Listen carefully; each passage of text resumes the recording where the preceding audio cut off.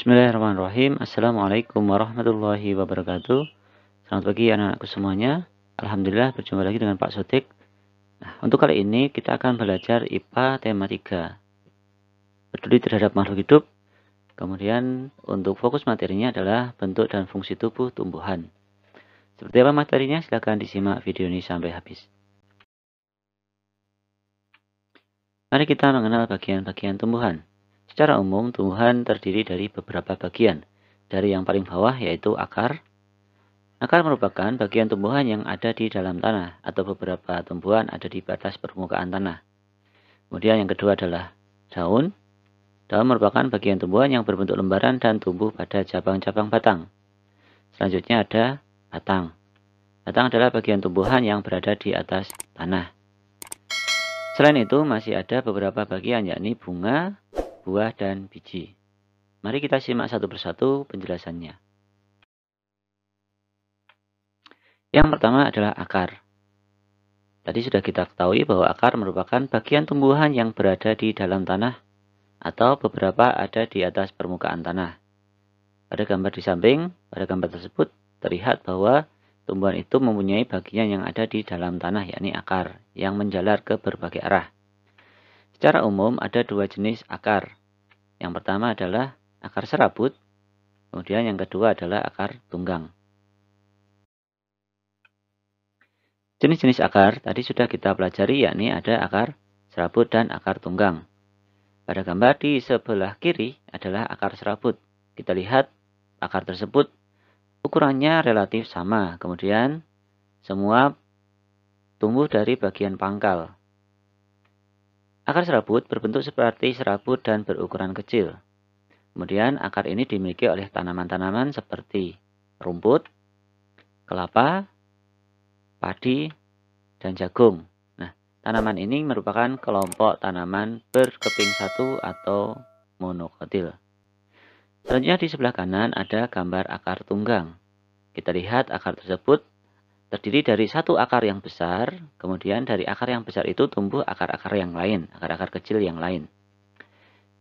Akar tunggang terdiri atas satu akar besar dan akar-akar lain yang merupakan cabang dari akar utama. Jadi akar yang besar tadi disebut atau merupakan akar utama.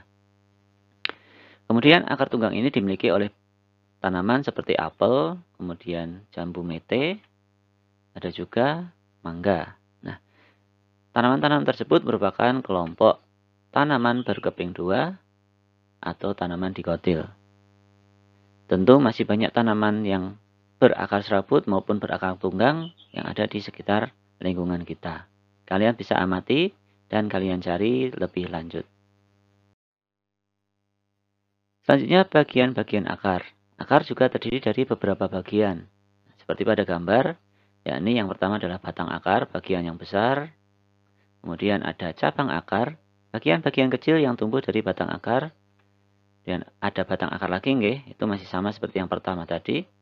Selanjutnya ada rambut akar, merupakan akar-akar halus yang tumbuh dari batang akar dan ujung akar. Nah, di ujung akar ini biasanya ada tudung akar. Tudung akar merupakan bagian yang melindungi ujung akar sehingga mampu menembus jauh ke dalam tanah.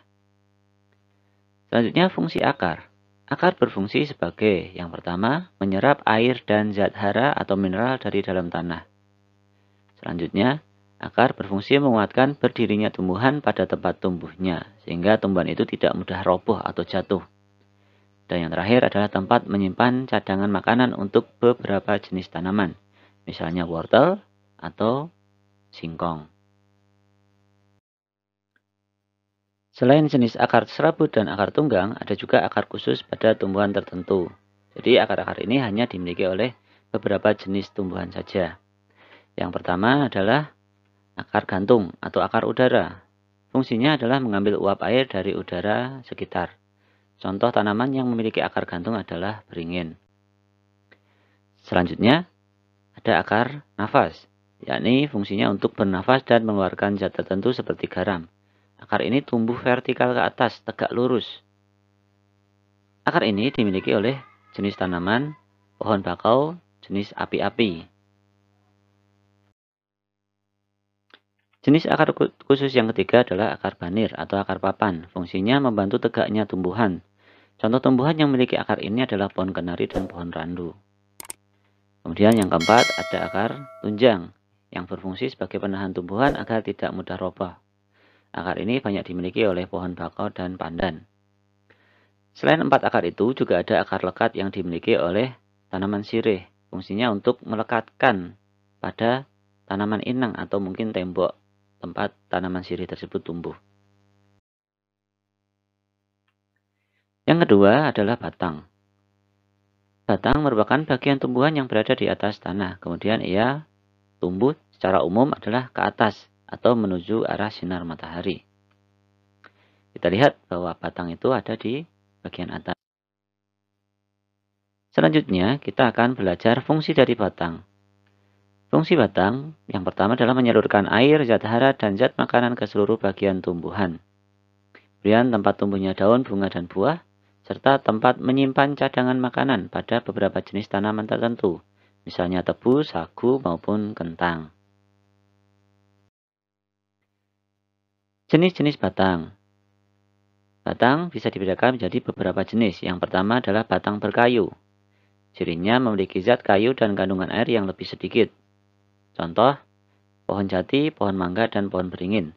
Secara umum, tanaman yang batangnya berkayu, batangnya atau pohonnya akan keras ketika kita pegang. Dan batang tersebut cocok digunakan sebagai bahan bangunan. Yang kedua adalah batang basah dan berongga. Seperti gambar, yakni teksturnya lunak dan mengandung lebih banyak air dan udara. Sehingga ketika kita remas, kita tekan, dia akan mudah lembek dan mengeluarkan air. Ini biasa kita temui pada sayur-sayuran. Seperti bayam, kangkung, dan sebagainya. Kemudian, itu ya, bayam, pohon kacang, jagung, dan bambu. Nah, kalau bambu ini termasuk yang berongga karena ia cukup keras ketika kita tekan. Bagian yang ketiga adalah daun. Daun berfungsi sebagai tempat fotosintesis. Tempatnya ada di bagian atas, menempel atau tumbuh pada batang. Fungsi dari daun antara lain yang pertama sebagai tempat fotosintesis. Fotosintesis merupakan proses pembuatan makanan pada tumbuhan dengan bantuan cahaya matahari. Yang kedua sebagai tempat penguapan air, dan ketiga sebagai alat pernafasan pada tumbuhan. Nah, daun umumnya berwarna hijau karena mengandung zat hijau daun yang disebut klorofil. Klorofil inilah yang menangkap cahaya matahari dalam proses fotosintesis.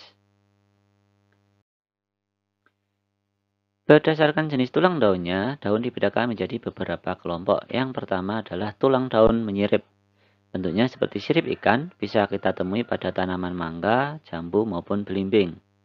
Selanjutnya, tulang daunnya menjari, bisa kita temukan pada tanaman singkong atau pepaya. Yang ketiga adalah kelompok tulang daun melengkung. Contohnya pada tanaman sirih atau suruh. Yang keempat adalah tulang daunnya sejajar.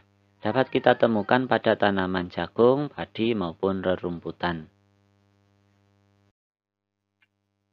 Selanjutnya bagian yang keempat adalah bunga. Bagian-bagian bunga yang pertama, pada gambar tersebut ada beberapa bagian yang diberi tanda dengan huruf A, B, C, D, E. Nah, ada 5 bagian yang ada pada gambar tersebut. Gambar pada layar adalah bunga sepatu yang berwarna putih. Bagian yang A yang diberi tanda A merupakan tangkai bunga. Fungsinya menahan bunga agar tidak mudah terbawa angin. B. Kelopak bunga. Fungsinya melindungi bunga ketika belum mekar atau masih berupa kuncup. Bagian yang C adalah mahkota bunga. Fungsinya menarik perhatian polinator atau perantara penyerbukan, umumnya berupa serangga. Sehingga mahkota bunga ini umumnya berwarna yang menyolok dan warnanya indah tentunya. Yang D adalah benang sari, merupakan alat reproduksi jantan. Dan E, putik, merupakan alat reproduksi betina. Selanjutnya pada bunga juga terdapat bakal biji.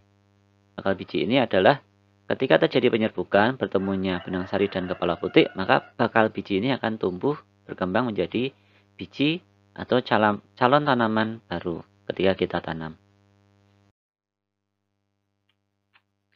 Yang kelima adalah buah dan biji.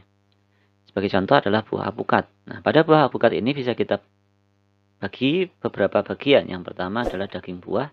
Daging buah ini merupakan bagian yang biasa kita konsumsi atau mungkin dikonsumsi oleh codot atau makhluk yang lain seperti tupai. Selanjutnya ada biji. Biji merupakan calon tanaman baru. Ketika kita tanam, maka akan tumbuh tanaman baru dari biji tersebut. Dan yang ketiga adalah kulit. Kulit buah berfungsi untuk menjaga agar daging buah dan biji buah tetap aman. Berdasarkan teksturnya, ada buah yang kulitnya halus seperti manggis, alpukat. Ada juga yang teksturnya kasar seperti durian, nangka, maupun salak. Buah merupakan bagian tumbuhan hasil dari perkembangan bunga. Putik yang telah diserbuki oleh serbuk sari atau bunga yang mengalami penyerbukan akan berubah menjadi biji. Nah, pada bakal biji yang ada di bunga tadi berkembang menjadi biji. Selanjutnya biji ini nanti akan ditutupi oleh daging buah dan ketika kita tanam akan muncul tanaman baru. Kesimpulan. Anak-anakku tadi kita sudah membahas bagian-bagian tanaman, bentuk dan fungsi tubuh tanaman atau tumbuhan. Nah, yang pertama dari bawah adalah akar, menegakkan batang, mengisap air dan mineral dari dalam tanah. Merupakan bagian yang tumbuh di dalam tanah. Kemudian pada beberapa tanaman juga berfungsi untuk menyimpan cadangan makanan. Bagian yang kedua adalah batang, mengangkat air dan mineral dari tanah ke daun, kemudian mengedarkan hasil fotosintesis ke seluruh bagian tanaman. Dan itu juga berfungsi untuk tempat tumbuhnya daun, bunga, dan buah. Pada beberapa tanaman juga sebagai tempat menyimpan cadangan makanan. Bagian yang ketiga adalah daun, tempat fotosintesis dan tempat keluarnya uap air dan oksigen. Daun berwarna hijau karena mengandung klorofil, zat hijau daun. Selanjutnya ada bunga, yakni alat perkembangbiakan bagi tumbuhan. Bagian kelamin jantan namanya benang sari, bagian kelamin betina namanya putik. Selanjutnya, biji. Ketika bunga mengalami penyerbukan, maka bakal bijinya akan berkembang menjadi biji, kemudian dibungkus oleh buah. Buah fungsinya membungkus dan melindungi biji. Oke. Itu anak-anakku yang mungkin bisa Pak Guru sampaikan untuk hari ini. Semoga bermanfaat. Terima kasih. Assalamualaikum warahmatullahi wabarakatuh.